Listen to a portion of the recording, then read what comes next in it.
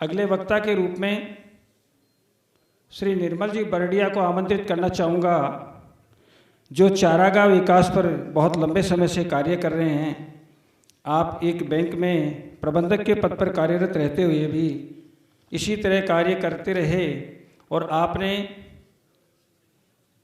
वहाँ से त्यागपत्र देकर के चारागाह विकास का कार्य हाथ में लिया। सादर आमंत्रित हैं निर्मल जी बरडिया।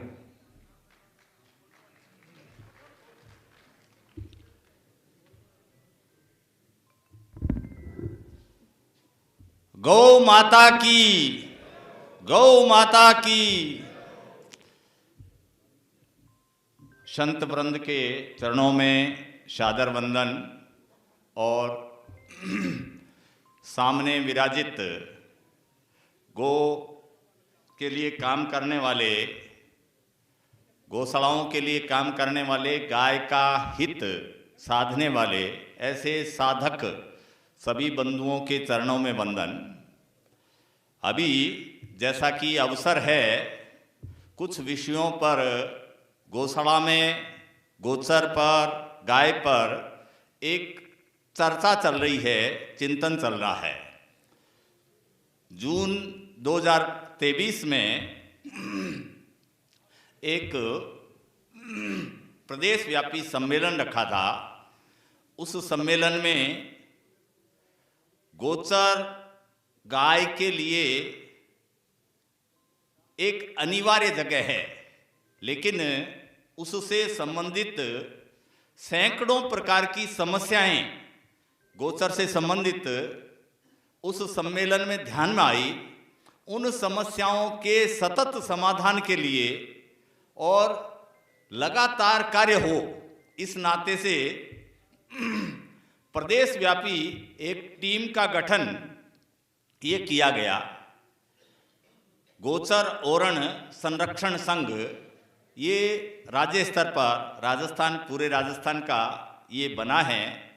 उसमें अभी उस टीम में लगभग 75 लोगों को शामिल किया है। अब संभागवार और जिला अनुसार उस टीम का गठन होगा। गोचर ओरण संघ की उस दिन की जो सम्मेलन था, उसमें 3-4 बिंदु ये उभर कर आए थे। एक तो गोचर की सुरक्षा हो, फिर गोचर में गाय का विचरण करने के लिए चारागाह या गोचर विकसित हो। अब गोचर विकसित कैसे हो, इसके लिए कुछ नमूना तौर पर जैसलमेर में, बीकानेर में अनेक स्थानों पर श्रवण घास, अन्य अन्य प्रकार की घास और चारागाह डेवलप किए गए हैं। कुछ हद तक वहाँ गाय का विचरण होता है, गाय चरने जाती है, लेकिन गोचर की उपयोगिता आम जन के समझ में आए, आम जन का जुड़ाव गोचर से हो, इसके लिए कुछ हम सबको मिलकर करने वाले काम हैं। उसमें एक काम है कि गोचर में घास है वो पूरी की पूरी वर्षा आधारित होती है, तो वर्षा समय पर हो, उसके लिए एक यज्ञ करने का विधान कुछ वर्षों पहले तक था, लेकिन अभी लगभग वर्षा के लिए यज्ञ ये लगभग कम हो गए हैं। अभी अगस्त महीने में एक अक्षय कृषि परिवार की ओर से कर्णावती में 2 दिन का सम्मेलन था। उस सम्मेलन में देश में किसान, गाय, धरती, इसके संबंध में संपूर्ण चिंतन के लिए अलग अलग सत्र रखे थे। उसमें एक सत्र था सुवृष्टि यज्ञ का। सुवृष्टि यज्ञ क्या है? पिछले 8 सालों में ऐसे 25 यज्ञ आयोजित हुए हैं देश भर में। उन यज्ञों का पूरा ब्यौरा रखा जाता है, एकदम तकनीकी वैज्ञानिक ढंग से सारी चीज का अंकन किया जाता है। वेद मंत्रों का, उसमें समिधा का, घी का, जो वनौषधियां हैं उन सब का एक पूरा ब्यौरा वो तैयार करके अभी देश भर में ऐसे 25 यज्ञ आयोजित हुए हैं, बहुत व्यापक पैमाने पर होता है और उस सुवृष्टि यज्ञ का परिणाम भी बहुत व्यापक होता है। सितंबर 2022 में कच्छ में ये सुवृष्टि यज्ञ हुआ था। उसका ये परिणाम रहा था कि 100 किलोमीटर के रेडियस में जबरदस्त बरसात हुई थी। इतनी बरसात हुई कि जो सूखे की स्थिति थी वो सूखे की स्थिति एक शानदार फसलों में बदल गई। अब उस सुवृष्टि यज्ञ को आगे बढ़ाने के लिए हम सब जो गोपालक, गाय की चिंता करने वाले, गौशाला चलाने वाले, गाय के हित में सोचने वाले, उन सबको इन सब बिंदुओं पर विचार करना है कि सुवृष्टि यज्ञ के माध्यम से अगर 40,000 वर्ग किलोमीटर में अच्छी बरसात हो जाती है तो उसका अरबों रुपए का लाभ गाय को मिलता है। गोचर भी आज जो डेवलप नहीं हो पा रही है उसमें भी एक बड़ा कारण है कि समय पर बरसातें अच्छी मात्रा में नहीं हो रही है। जो बरसातें हो रही है वो भी सुफलकारी नहीं हो रही है, पुष्टि देने वाली नहीं हो रही है।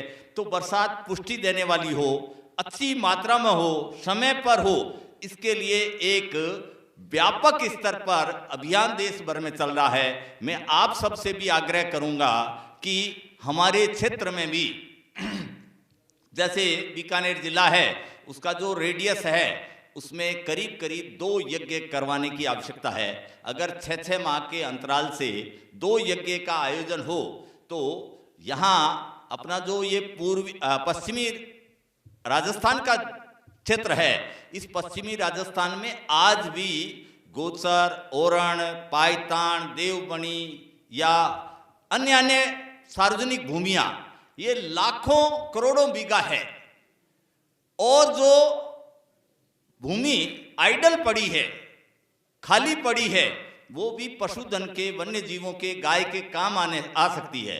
तो इन सब के समाधान के लिए हमें इस बात पर विचार करना है कि सुवृष्टि यज्ञ, इसके लिए हैदराबाद की एक संस्था है वो लगातार इस पर रिसर्च कर रही है और प्रारंभ में देश में ऐसे शक्तिपीठ और शिवलिंग के जो भगवान शिव के केंद्र हैं उन स्थानों पर और नदियों के जो उद्गम स्थान हैं वहां पर प्रारंभ में वो प्रयास करके आयोजित कर रहे हैं वो वृष्टि यज्ञ। उसका असर ये होगा कि अगर नदियों के उद्गम स्थान पर बहुत अच्छी बरसात हो जाती है तो एक नदियों का प्रवाह है वो साल भर चल सकता है। ऐसा चिंतन ये अखिल भारतीय स्तर पर चल रहा है। हम सबको भी अपने क्षेत्र के अनुरूप इस योजना को आगे कैसे बढ़ा सकते हैं ये विचार करने का बिंदु है। दूसरा बिंदु है अभी गाय विचरण कैसे करे, गाय साल भर गाय को चारा कैसे मिले। तो हमने अभी 12 महीने में गाय के चरने योग्य चारा कैसे उपलब्ध हो सकता है एक कैलेंडर तैयार करने का प्रयास किया है। वो कैलेंडर जिसमें किस माह में कौन सी घास, कौन सा पेड़, कौन सा पौधा, कौन सी पत्तियां ये गाय को चरने को मिल सकती है, उसका कॉम्बिनेशन, उन सब का संच समूह ये पेड़ पौधों का गोचर ओरण में तैयार हो तो साल भर गाय को कुछ न कुछ खाने को मिलता रहेगा। गाय विचरण करेगी तो 2 बड़े लाभ होंगे। एक तो गाय स्वस्थ रहेगी, गाय की नेचर है लगभग 5 से 10 किलोमीटर उसको रोजाना चलना चाहिए, तो 5-10 किलोमीटर चलेगी गोचर में तो स्वस्थ रहेगी। दूसरा चारे की पूर्ति हो जाएगी और तीसरा गोबर और गौमूत्र धरती को मिलेगा।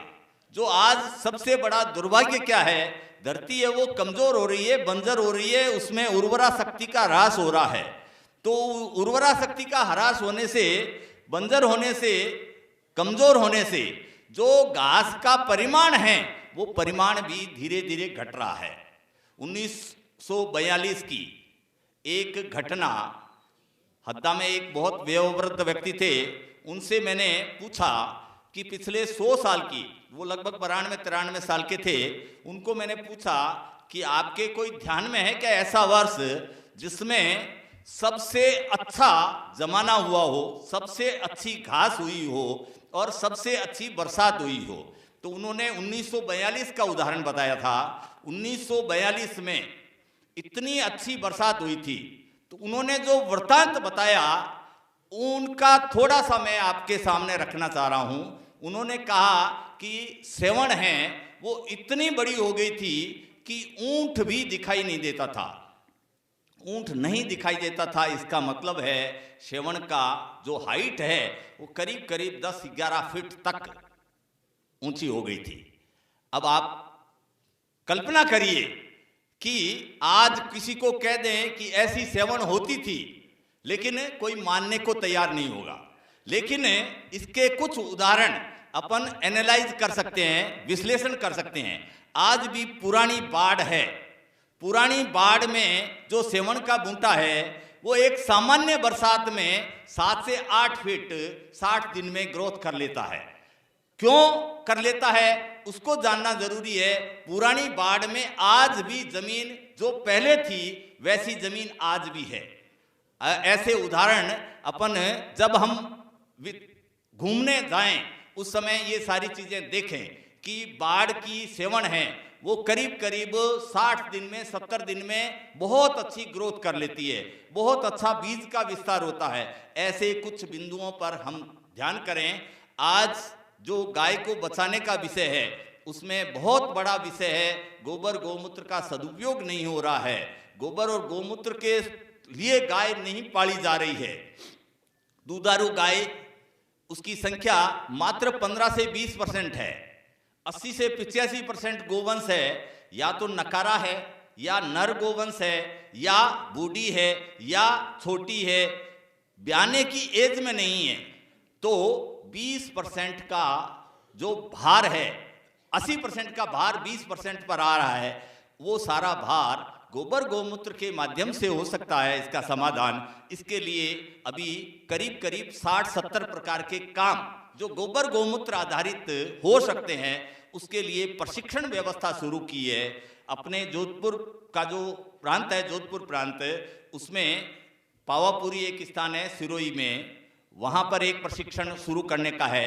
जोधपुर प्रॉपर के पास में मोकलावास एक स्थान है, वहाँ पर दूसरा प्रशिक्षण केंद्र शुरू कर रहे हैं।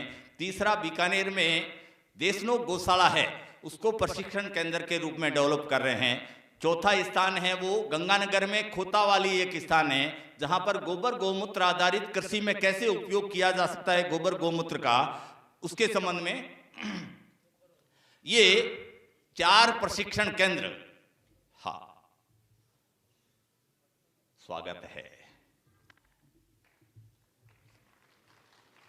तो हमारे बीच में बीकानेर की बाईसा राज के नाम से प्रसिद्ध माननीय विधायिका सुश्री सिद्धि कुमारी बाईसा उपस्थित हैं। मैं सभी से निवेदन करूंगा करतल ध्वनि से आपका हार्दिक स्वागत और अभिनंदन करें।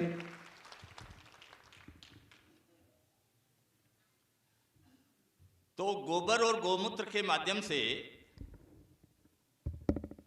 गोबर और गौमूत्र के माध्यम से ही गाय जीवित रह सकती है, धरती बलवान बन सकती है। सभी समस्याओं का, ज्ञात अज्ञात जितनी समस्याएं हैं, उन सब समस्याओं का समाधान इसके माध्यम से संभव है। ये गाय पालने वाले जो वर्ग है, गोपालक, गौशाला चलाने वाले या डेयरी चलाने वाले, इन सब के ध्यान में ये सारा विषय आए और उसका एक सिस्टम क्रिएट हो। उस सिस्टम को क्रिएट करने में सरकार की क्या भूमिका हो सकती है, प्रशासन की क्या भूमिका हो सकती है, सामाजिक संस्थाओं की क्या भूमिका हो सकती है, धार्मिक संस्थाओं की क्या भूमिका हो सकती है, गौशालाओं की क्या भूमिका हो सकती है, ये सारा एक मंथन करने का विषय है। जब तक सिस्टम डेवलप नहीं होगा, उसकी एक पद्धति विकसित नहीं होगी, तो ये लंबे समय तक काम टिक नहीं पाएंगे। तो कुछ विषय जो मैंने आप सबके सामने रखने का प्रयास किया है। गोचर ओरण के संबंध में सरकार से भी हमारा आग्रह है कि गोचर, नई गोचर 1947 के बाद एक बीघा भी छोड़ी नहीं गई है। देवबनी, गोचर, ओरण, इनकी तादाद बढ़े। अराजीराज जमीनों में से भी पहले जो विधान था कि गांव जितने क्षेत्र में बसेगा उतनी गोचर होगी, लेकिन 1947 के बाद ये सारा क्रम बिगड़ गया है।